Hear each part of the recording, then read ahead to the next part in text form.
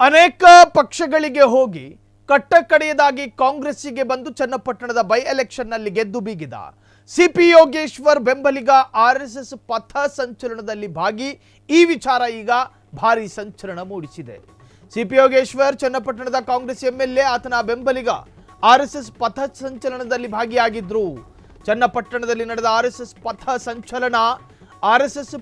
ಸಂಚಲನದಲ್ಲಿ ಕಾಂಗ್ರೆಸ್ ಬೆಂಬಲಿಗರು ಭಾಗಿಯಾಗಿದ್ದಾರೆ ಅನ್ನೋ ಆರೋಪ. 100ನೇ ಆರ್ಎಸ್ಎಸ್ ವಾರ್ಷಿಕೋತ್ಸವಕ್ಕೆ ದೇಶಾದ್ಯಂತ ಪಥ ಸಂಚಲನಗಳು ನಡೀತಾ ಇದೆ. ಕರ್ನಾಟಕದ ಹಲವೆಡೆ ಆರ್ಎಸ್ಎಸ್ ಪಥ ಸಂಚಲನಕ್ಕೆ ಅನುಮತಿ ಸಿಕ್ಕಿಲ್ಲ. ಚಿತ್ತಾಪುರ ಹೀಗೆ ಅನೇಕ ಭಾಗಗಳಲ್ಲಿ ಕೋರ್ಟ್ನಲ್ಲಿ ಅರ್ಜಿ, ಮತ್ತೊಂದೆಡೆ ಪಥ ಸಂಚಲನ ನಡೆಸಿದಂತಹ ಆರ್ಎಸ್ಎಸ್. ಚನ್ನಪಟ್ಟಣದಲ್ಲಿ ಸಿಪಿ ಯೋಗೇಶ್ವರ್ ಬೆಂಬಲಿಗರು ಆರ್ಎಸ್ಎಸ್ ಪಥ ಸಂಚಲನದಲ್ಲಿ ಭಾಗಿ. ಸಿಪಿ ಯೋಗೇಶ್ವರ್ ಆಪ್ತರು ಗಣವೇಶ ಧರಿಸಿ ಪಥ ಸಂಚಲನದಲ್ಲಿ ಭಾಗಿಯಾಗಿರೋ ಫೋಟೋ ಈಗ ಸಿಕ್ಕಾಪಟ್ಟೆ ವೈರಲ್ ಆಗ್ತಿದೆ. ಬೆಂಬಲಿಗರಾದ ಐರಿಷ್ ಬಾಬು, ಶರತ್, ಕೂಡ್ಲೂರು, ಚಿಕ್ಕಾಯಿ ಸೇರಿದಂತೆ ಕೆಲ ಮುಖಂಡರು ಭಾಗಿಯಾಗಿದ್ರು ಅನ್ನೋ ಆರೋಪ ಇದೆ. ಸಿಪಿ ಯೋಗೇಶ್ವರ್ ಬೆಂಬಲಿಗ ಆರ್ಎಸ್ಎಸ್ ಪಥ ಸಂಚಲನದಲ್ಲಿ ಭಾಗಿ. ಆರ್ಎಸ್ಎಸ್ ಎನ್ನುವಂತಹ ಸಂಘಟನೆಯಲ್ಲಿ ಕಾಂಗ್ರೆಸ್ನ ಕಾರ್ಯಕರ್ತರಾಗಲಿ, ಕಾಂಗ್ರೆಸ್ನ ಎಂಎಲ್ಎಗಳಾಗಲಿ, ಕಾಂಗ್ರೆಸ್ನ ಯಾರಾದರೂ ಅಧಿಕಾರಿಗಳಾಗಲಿ ಭಾಗಿಯಾಗಬಾರ್ದಾ? ಆರ್ಎಸ್ಎಸ್ ಕಾರ್ಯಕರ್ತರಾಗಬಾರ್ದ ಅಂತ ಕೇಳಿದ್ರೆ, ನೀವು ಹುಡುಕೋದಕ್ಕೆ ಶುರು ಮಾಡಿದ್ರೆ ಕಾಂಗ್ರೆಸ್ಸಿನ ಬಹುಪಾಲು ಏನು ದೊಡ್ಡ ದೊಡ್ಡ ನಾಯಕರುಗಳೆಲ್ಲ ಆರ್ಎಸ್ಎಸ್ನ ಅಧಿಕೃತ ಕಾರ್ಯಕರ್ತರು ಇರ್ತಾರೆ. ಸಿಪಿ ಯೋಗೇಶ್ವರ್ ಅವರು ಕೂಡ ಆರ್ಎಸ್ಎಸ್ನಿಂದಲೇ ಬಂದವರು. ಆರಂಭದಲ್ಲಿ ಏನು ಬೇರೆ ಬೇರೆ ಪಕ್ಷಕ್ಕೆ ಹೋಗಿ ಅದಾದ ನಂತರ ಬಿಜೆಪಿಗೆ ಹೋದಾಗಲೂ ಕೂಡ ಗಣವೇಶದಲ್ಲಿ ಕಾಣಿಸಿಕೊಂಡಿದ್ದಾರೆ. ಆ ಫೋಟೋನ ಗಮನಿಸ್ತಾ ಇದ್ದಾರೆ ನೀವೀಗ. ಅವರ ಬೆಂಬಲಿಗರು ಆರ್ಎಸ್ಎಸ್ನ ಪಥ ಸಂಚಲನದಲ್ಲಿ ಇದ್ರು ಎನ್ನುವಂತಹದ್ದು ಇದು ಸಿಪಿ ಯೋಗೇಶ್ವರ್ ಅವರ ಅತ್ಯಂತ ಹಳೆಯ ಫೋಟೋ. ಆದರೆ ಈಗ ಏನು ಚರ್ಚೆ ಆಗ್ತಾ ಇದೆ ಅಂತ ಕೇಳಿದ್ರೆ, ಅವರ ಅಕ್ಕಪಕ್ಕದಲ್ಲಿರೋರು ಅವರ ಬೆಂಬಲಿಗರೋ ಮತ್ತೊಬ್ಬರೋ ಮಗದೊಬ್ಬರು ಅದಲ್ಲ ವಿಚಾರ. ಈ ಬಾರಿಯ ಪಥ ಸಂಚಲನದಲ್ಲಿ ಭಾಗಿಯಾಗಿದ್ದ ಪೈಕಿ ಆತ ಕಾಂಗ್ರೆಸ್ನ ನಾಯಕನಾಗಿದ್ದ, ಆತ ಚನ್ನಪಟ್ಟಣದಲ್ಲಿ ಸಿಪಿ ಯೋಗೇಶ್ವರ್ ಪರ ಪ್ರಚಾರದಲ್ಲಿದ್ದ ಅಥವಾ ಸಿಪಿ ಯೋಗೇಶ್ವರ್ ಪರ ಇದ್ದಂತಹ ಬೆಂಬಲಿಗ ಆರ್ಎಸ್ಎಸ್ನ ಪಥ ಸಂಚಲನಕ್ಕೆ ಹೋಗಿದ್ದಾರೆ ಎನ್ನುವಂತಹ ಆರೋಪ. ಸರ್ಕಾರದ ಸುತ್ತೋಲೆ ಏನು? ಸರ್ಕಾರಿ ನೌಕರರು ಆರ್ಎಸ್ಎಸ್ಸಿನ ಯಾವುದೇ ಚಟುವಟಿಕೆಗಳಲ್ಲಿ ಭಾಗಿಯಾಗಬಾರದು.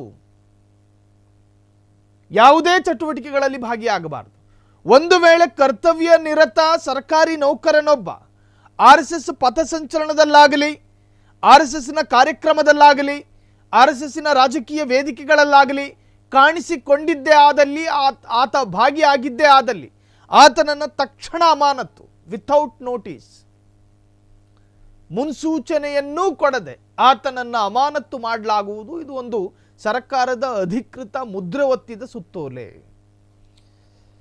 ಹಾಗಾದ್ರೆ ಸಿಪಿ ಯೋಗೇಶ್ವರ್ ಬೆಂಬಲಿಗ ಪಥ ಸಂಚಲನದಲ್ಲಿ ಜಾಯಿನ್ ಆಗಿದ್ದಾರೆ ಎನ್ನುವಂಥ ಆರೋಪ ಇದೆಯಲ್ಲ, ಆತ ಸರ್ಕಾರಿ ನೌಕರ ಆಗಿರಲಿಕ್ಕಿಲ್ಲ. ಕಾರ್ಯಕರ್ತ ಎಂಬ ನಿಟ್ಟಿನಲ್ಲಿ ಕೆಪಿಸಿಸಿ ಆಕ್ಷನ್ ಅನ್ನು ತೆಗೆದುಕೊಳ್ಳಬೇಕು. ಸರ್ಕಾರ ತೆಗೆದುಕೊಳ್ಳೋದಕ್ಕಾಗಲ್ಲ, ಪೊಲೀಸರು ಆಕ್ಷನ್ ತೆಗೆದುಕೊಳ್ಳೋದಕ್ಕಾಗಲ್ಲ. ಕಾರಣ ಆತನೊಬ್ಬ ಕಾರ್ಯಕರ್ತ. ಸರ್ಕಾರಿ ನೌಕರರು ಆಗದೇ ಇದ್ರೆ ನಾನು ಹೇಳ್ತಾ ಇರೋದು, ಒಂದು ವೇಳೆ ಸರ್ಕಾರಿ ನೌಕರರು ಆದರೆ ಸರ್ಕಾರ ಅದರ ವಿರುದ್ಧ ಕ್ರಮವನ್ನು ತೆಗೆದುಕೊಳ್ಳಬೇಕು. ಬದಲಾಗಿ ಕಾಂಗ್ರೆಸ್ ಕಾರ್ಯಕರ್ತನಾದರೆ ಆತನ ವಿರುದ್ಧ ಕ್ರಮ ತೆಗೆದುಕೊಳ್ಳಬೇಕಾಗಿರೋದು ಈ ರಾಜ್ಯದ ಕೆಪಿಸಿಸಿ. ಹಾಗಾದ್ರೆ ಆ ಕೆಪಿಸಿಸಿ ಕಡೆಯಿಂದ ಶೋಕಾಸ್ ನೋಟಿಸ್ ಸಿಪಿ ಯೋಗೇಶ್ವರ್ ಅವರ ಪರಮಾಪ್ತನಿಗೆ ಹೋಗುತ್ತಾ ಅನ್ನೋದು ಪ್ರಶ್ನೆ. ಚನ್ನಪಟ್ಟಣದಲ್ಲಿ ನಡೆದಂತಹ ಆರ್ಎಸ್ಎಸ್ ಪಥ ಸಂಚಲನ, ಆ ಪಥ ಸಂಚಲನದಲ್ಲಿ ಸಿಪಿ ಯೋಗೇಶ್ವರ್ ಅವರ ಬೆಂಬಲಿಗ ನೋಡ್ರಿ, ಸಿಪಿ ಯೋಗೇಶ್ವರ್ ಬಾಯ್ಬಿಟ್ಟು ಹೇಳಿದ್ದಾರೆ, ನಾನು ನನ್ನ ಕ್ಷೇತ್ರದ ವ್ಯಾಪ್ತಿಗೆ ಬರುವಂತಹ ಶಾಸಕಾಂಗ ವ್ಯವಸ್ಥೆಯ ಒಳಗಿನ ಕೆಲಸಗಳನ್ನು ಮಾಡ್ತೀನಿ, ನಾನು ಪಕ್ಷದಲ್ಲಿ ಅಷ್ಟೊಂದು ಆಕ್ಟಿವ್ ಆಗಿರೋದನ್ನ ನೀವು ನೋಡ್ಲಾರ್ರಿ ಅಂತ ಹೇಳಿ ಈ ಹಿಂದೆ ಹೇಳ್ಕೊಂಡಿದ್ರು. ಈಗ ಅವ್ರ ಜೊತೆ ಕೇಳೋದಕ್ಕೆ ಹೋದರೆ ನನ್ನ ಕಾರ್ಯಕರ್ತ ಹೋಗಿ ಸೇರಿದಕ್ಕೆ ನಾನೇನು ಹೇಳಲಿ ಅಂತೇಳಿ ಹೇಳ್ತಾರೆ ಸ್ವಾಭಾವಿಕವಾಗಿ. ಸೊ ಈ ವಿಚಾರ ಏನಾದೀತು ಎನ್ನುವಂತಹದ್ದೇ ಕಾಂಗ್ರೆಸ್ ವಲಯದಲ್ಲಿ ಮತ್ತು ಬಿಜೆಪಿ ವಲಯದಲ್ಲಿ ಬಹಳಷ್ಟು ಚರ್ಚೆಗೆ ಕಾರಣವಾಗಿರೋದು. ಇನ್ನು ಅವರ ಪ್ರತ್ಯೇಕ ಹೆಸರು ಹೇಳುವುದಾದರೆ ಬೆಂಬಲಿಗರಾದ ಐರಿಷ್ ಬಾಬು, ಶರತ್, ಕೂಡ್ಲೂರು, ಚಿಕ್ಕಯ್ಯ ಸೇರಿದಂತೆ ಕೆಲ ಮುಖಂಡರು ಭಾಗಿಯಾಗಿದ್ದಾರೆ ಅನ್ನೋ ಶಂಕೆಗಳು ವ್ಯಕ್ತವಾಗಿದೆ. ಕ್ಷಣ ಕ್ಷಣದ ಸುದ್ದಿಗಳಿಗಾಗಿ ಫ್ರೀಡಂ ಟಿವಿ ಸಬ್ಸ್ಕ್ರೈಬ್ ಮಾಡಿ, ಲೈಕ್ ಮಾಡಿ ಹಾಗೂ ಫಾಲೋ ಮಾಡಿ. ಹೊಸ ಸುದ್ದಿಗಳ ನೋಟಿಫಿಕೇಶನ್ಗಾಗಿ ಬೆಲ್ ಐಕಾನ್ ಮೇಲೆ ಕ್ಲಿಕ್ ಮಾಡಿ.